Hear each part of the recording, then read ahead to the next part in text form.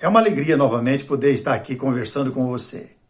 Eu sei que é comum a gente estar observando nos lugares onde nós vamos encontrar uma Bíblia aberta no Salmo 91. Isso é muito comum, seja em loja, casas, sei lá, várias residências, né? Não é que está errado a pessoa ter uma Bíblia aberta, mas você já observou que até a página 91 do Salmo 91, ela fica amarelada, né? Por causa do tempo que vai desfigurando as folhas da Bíblia, né? Mas sabe que nós temos algo muito mais importante do que só manter a Bíblia aberta. Manter a Bíblia aberta não vai ajudar a gente. Talvez vai trazer um conforto de imediato, porque o Salmo 91, ele nos traz um refrigério, uma segurança. Mas o que o salmista faz, para que a gente possa entender, podemos observar no Salmo 7, no versículo 12, ele faz algo mais importante. Ele diz que o homem tem que se converter a Deus. A Bíblia aberta, em qualquer outra parte, seja Salmo, qualquer outra parte, não ajuda se a pessoa não examinar e se converter a Deus através das palavras. Isso não vai ajudar. Por quê? Muitas pessoas conhecem a Bíblia, talvez mais do que eu, talvez mais que você, não sei qual o seu conhecimento, mas conhece a Bíblia de ponta a ponta, mas não se converte a Deus. Sabemos que até o espírito da desobediência conhece a Deus e sabe quem é Deus, talvez melhor do que nós, mas ele nunca chegou a se converter. O que é importante, que o salmista nos ajuda, no Salmo 7, é que nós devemos nos converter a ele, porque o castigo vem para o perverso. E se a gente não se converte ao nosso Deus e Pai, quer dizer que nós nos tornamos perverso. Não perverso no sentido de fazer perversidade, mas é perverso porque nós não admitimos que tem Deus para confiar e aceitar suas palavras. O Salmo 7, ele diz bem assim no versículo 12: se o homem não se converter, afiará Deus a sua espada, já armou o arco e tem-no pronto, para ele preparou já instrumentos de morte, preparou as suas setas inflamadas. Eis que o ímpio está com dores de iniquidade, concebeu a malícia e dá à luz a mentira. Abre e profunda uma cova, e cai nesse mesmo poço que fez. A sua malícia lhe recai sobre a cabeça, e sobre a própria mioleira desce a sua violência. Aí o salmista fala no versículo 17: eu, porém, renderei graças ao Senhor, segundo a sua justiça, e cantarei louvores ao nome do Senhor Altíssimo. Percebeu que tem os salmos que nos ajudam a compreender que nós nos devemos converter-se a Deus. Converter, mudar de direção. Caminhamos em um período de nossa vida, no decorrer dos anos que vai se passando, sem talvez se preocupar muito com as coisas que Deus tem anunciado, falado, através dos livros da Bíblia. E deixamos de lado. Talvez conseguimos até ter simpatia, ser simpatizantes por Deus, mas não aceitamos Ele na sua íntegra. Talvez gostamos de ler a Bíblia, como alguém gosta de deixar a Bíblia aberta no Salmo 91, mas nunca chega-se a converter para ter aquele desejo de estar cultuando o Deus Altíssimo, segundo o que Ele tem ditado para nós. Do mesmo jeito que ele fala desse homem que não se converte a Deus, que antes precisa se converter a Deus, do outro lado ele fala que a pessoa que não se converter a Deus tem um problema sério. Esse problema é que no final da sua vida, que é o final de tudo, ele vai pagar um preço muito alto, porque ele vai chorar na eternidade o sofrimento eterno, porque não aproveitou o momento que está aqui para se converter. Então, além de deixar a Bíblia aberta, seja no Salmo 91 ou qualquer outra passagem, devemos nos converter a Deus, mudar a direção, mudar a nossa morada. Todos nós somos destinados à perdição por causa do pecado. Lembra que ele fala em Romanos, capítulo 3, no versículo 23, todos pecaram e carecem da glória de Deus. Quando entendemos que carecemos da glória de Deus, chega a hora de nos converter ou mudar de direção para ficar ao lado de Deus. No Salmo 10, percebemos o que é que o perverso faz. Aquela pessoa que não tem o prazer de estar nas coisas de Deus. Ele chama de perverso, que não chega a se converter a Deus. Tem às vezes uma simpatia, né? Até fala o nome de Deus, anuncia, às vezes até agradece, mas não tem coragem de se converter a Deus. No Salmo 10 ele fala assim, versículo 3, pois o perverso se gloria da cobiça da sua alma, o avarento maldiz o Senhor e blasfema contra ele. O perverso, na sua soberba, não investiga que não há Deus. São todas as suas cogitações. No versículo 5 ele diz bem assim, são prósperos os seus caminhos em todo o tempo, muito acima e longe dele estão os teus juízes. Quanto aos seus adversários, ele a todos ridiculariza, né? Se torna ridículo. Pois diz lá no seu íntimo, jamais serei abalado de geração em geração, nenhum mal me sobrevirá. Então, a pessoa que não se converte a Deus, ele se contenta com essa vida e imagina, eu estou bem e nenhum mal vai sobrevir sobre a minha pessoa. Então, de geração em geração. Estamos vivendo esse período. Nos nossos dias conhecemos muitas pessoas, talvez nós fomos em algum dia em nossas vidas sem se preocupar com as coisas de Deus, sem se preocupar em converter-se a Deus. E até falamos que gostamos de tal passagem na Bíblia, às vezes até lemos a Bíblia, mas não temos coragem de nos converter para fugir da ira vindoura de Deus que está sobre o pecado, que habita no homem da perversidade. Ele diz ainda no versículo 11 do mesmo Salmo 10, diz ele, quer dizer, o perverso no seu íntimo, Deus se esqueceu e virou o rosto e não verá isso nunca. Quer dizer, Deus não vai estar olhando nunca para ele. Vai viver a sua vida aqui do jeito que ele achar melhor, vai fazer os seus negócios e ainda fala que Deus nunca vai olhar para ele. Aí engana-se, porque um dia, quando nem estamos talvez pensando nestas coisas, o Senhor virá. E ele diz que ele virá como um ladrão. Quando ninguém espera, ele vai estar chegando.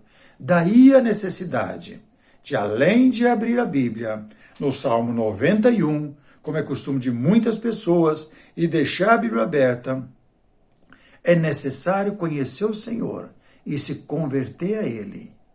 E essa decisão não vai ser feita nem pelo seu pai, nem por sua mãe, nem por sua esposa.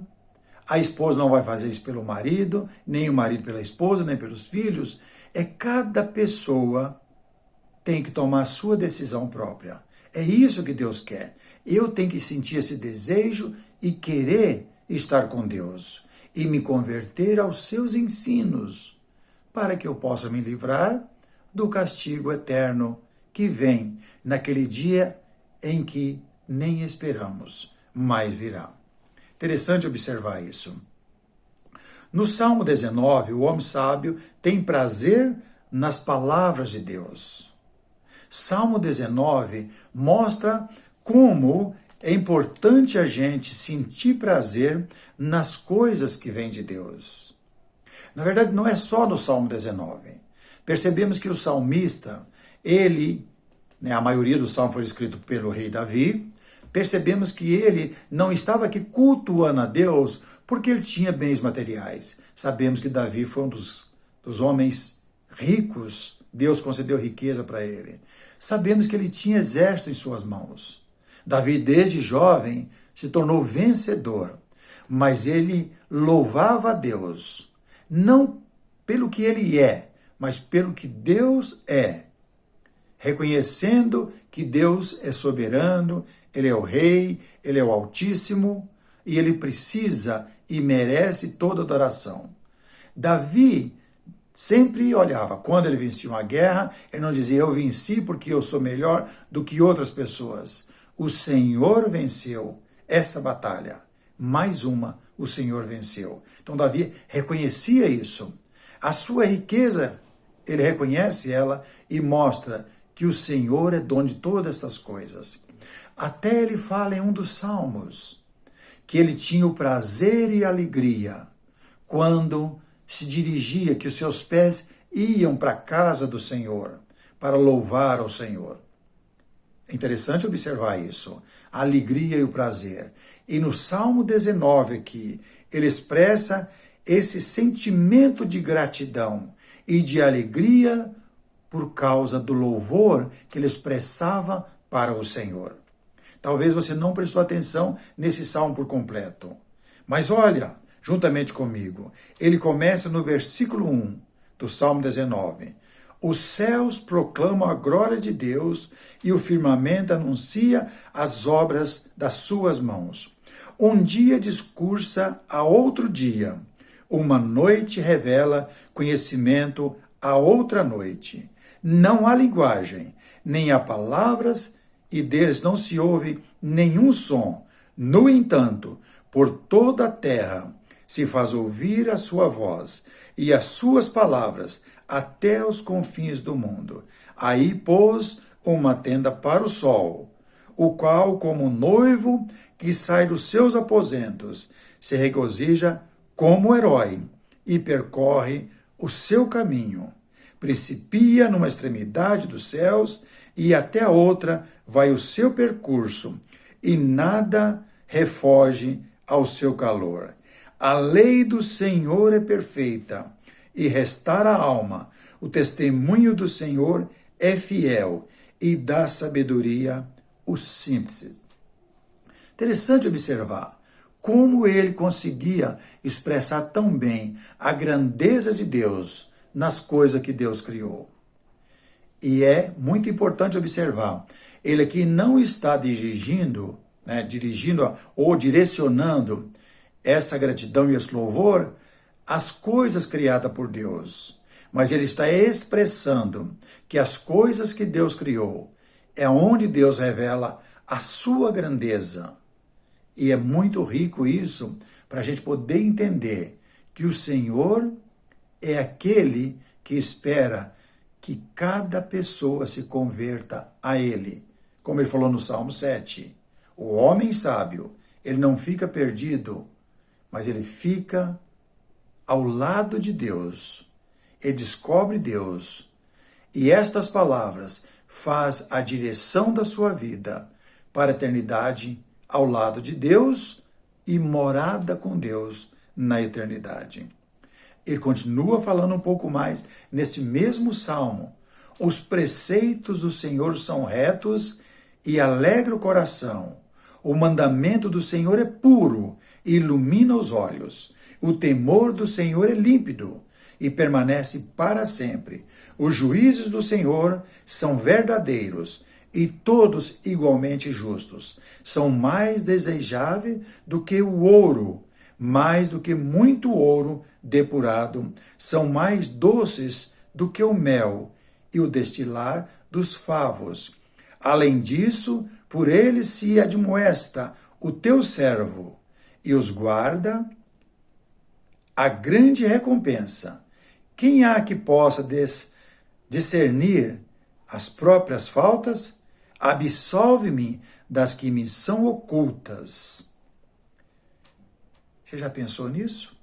O próprio Davi aqui, ele expressa, porque ele pedia perdão para o Senhor dos erros que ele cometeu.